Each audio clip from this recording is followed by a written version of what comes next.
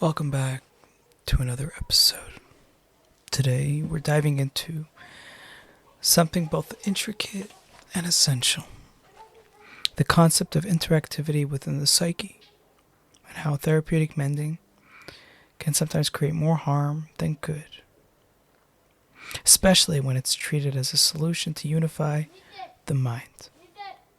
We're going to explore the dynamics of these interactive pockets of consciousness, how they function, and why overzealous attempts to repair them can lead to a collapse of conceptual complexity itself.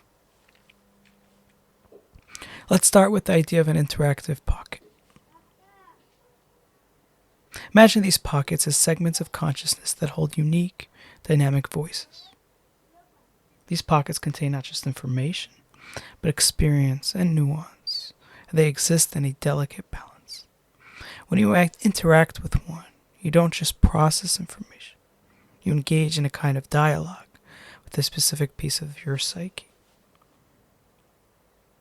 The reason we call them pockets and not simply interactive substance is because certain interactive material, certain expressive formation of intellectual material that has expanded beyond the horizon of simplistic day-to-day regularity.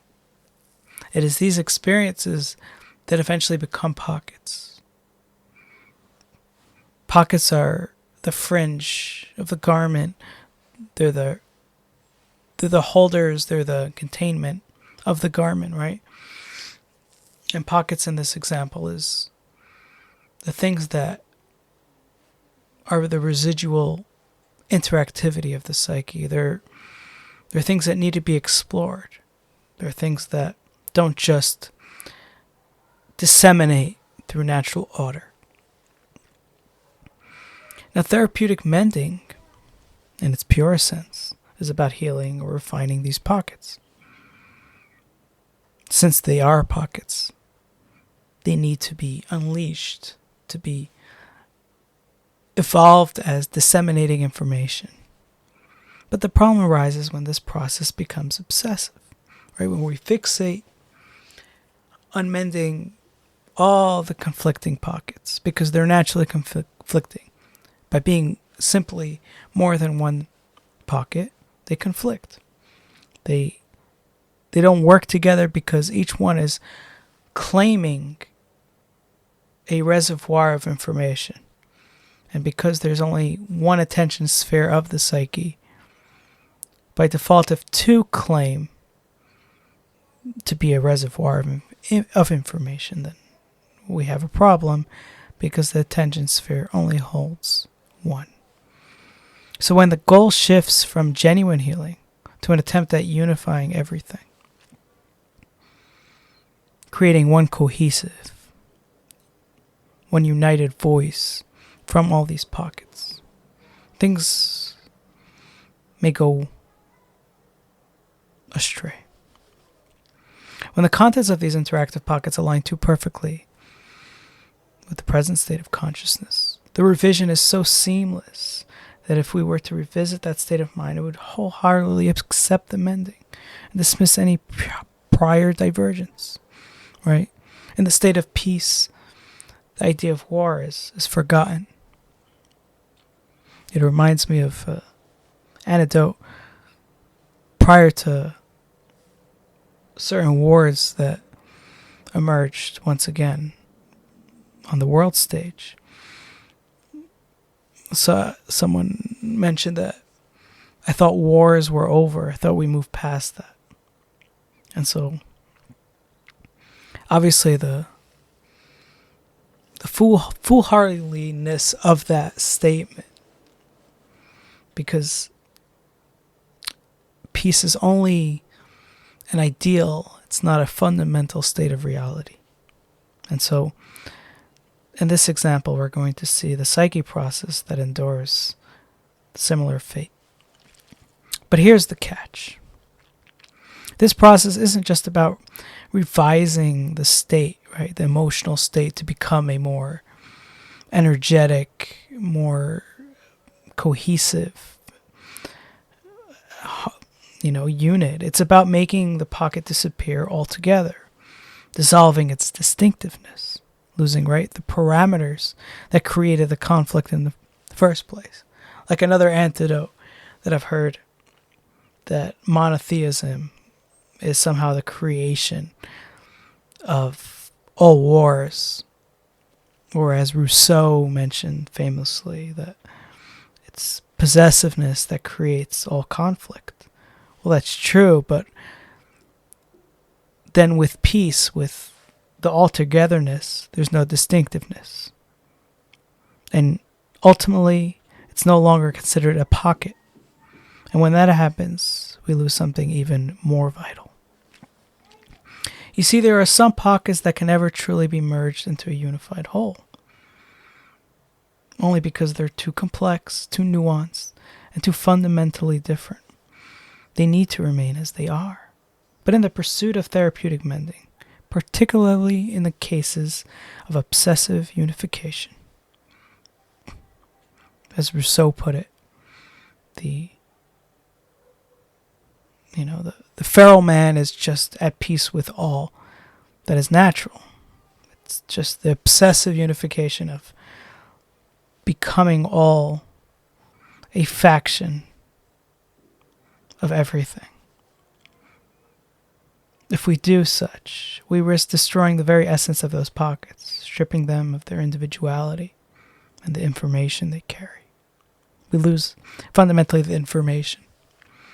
And when these pockets lose their distinctiveness, the interactive voice, the essence of our psyche's expression,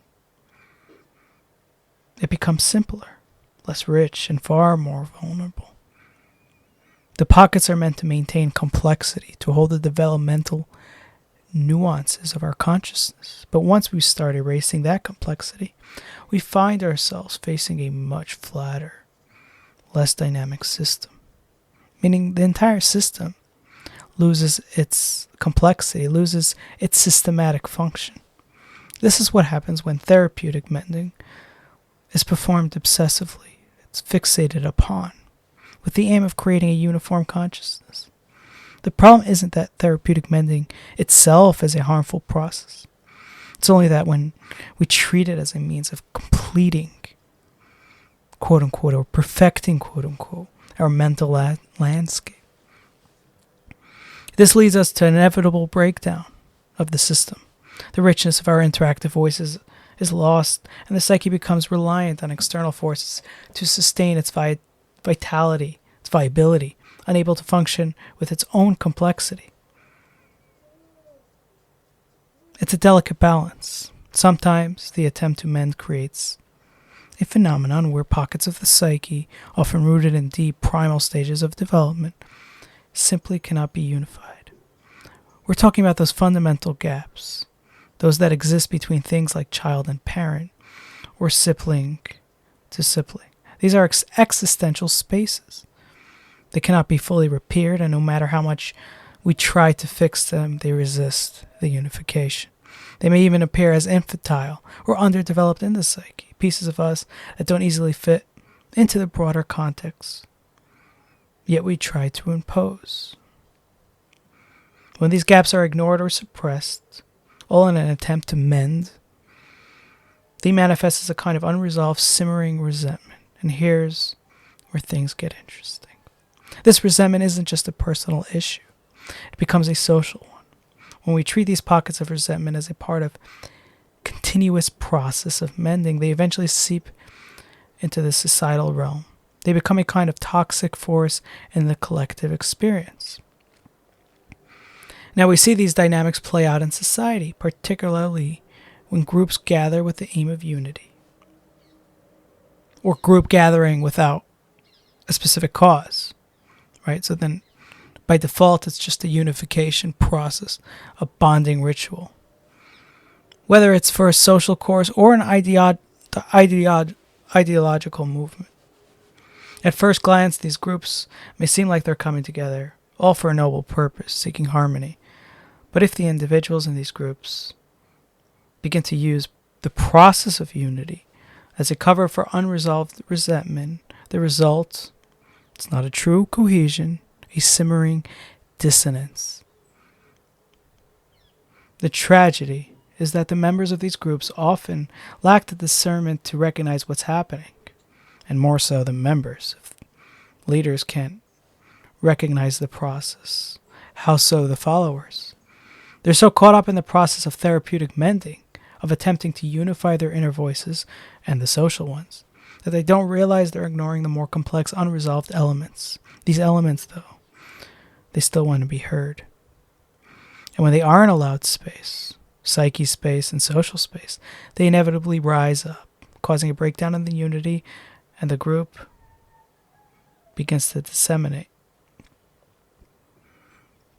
Notice the word disseminate is used in a negative form when it is rather just the distribution of content.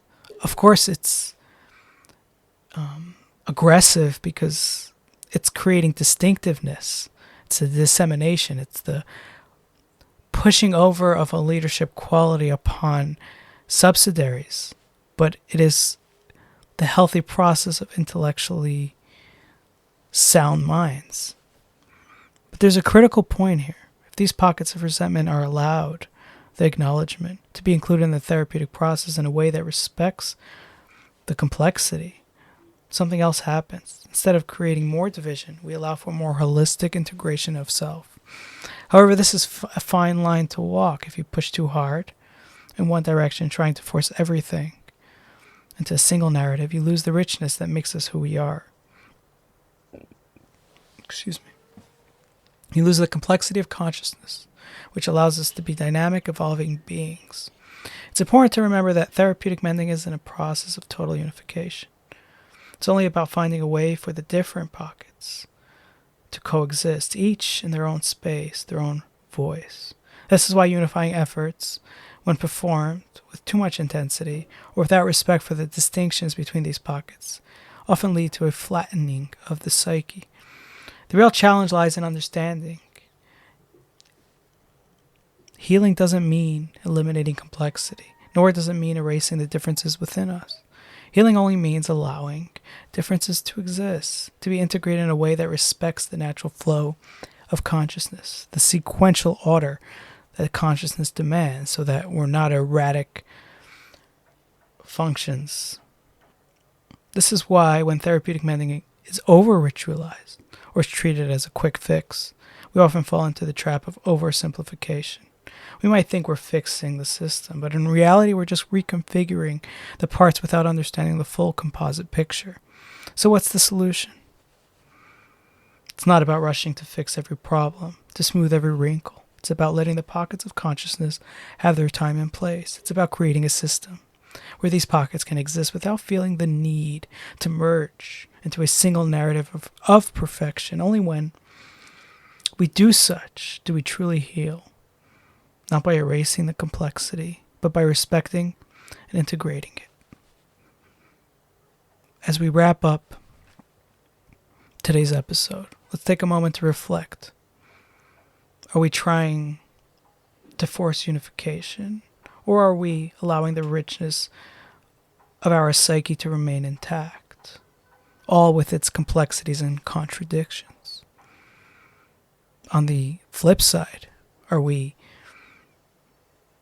needing the therapeutic mending? Are we following complexities too far so that we're just an erratic formation of consciousness pockets, which needs to sit in differing art forms to provide an interactive unification that creates a sequential order in normal social interactions, right? We're not used to the other side because that is not the necessity of the day and age, but we must see both the sides. Now remember, true therapeutic mending isn't about eliminating complexity. It's about embracing and giving it space to breathe. That's where the real healing lies. Thanks for tuning in. We'll see you next time.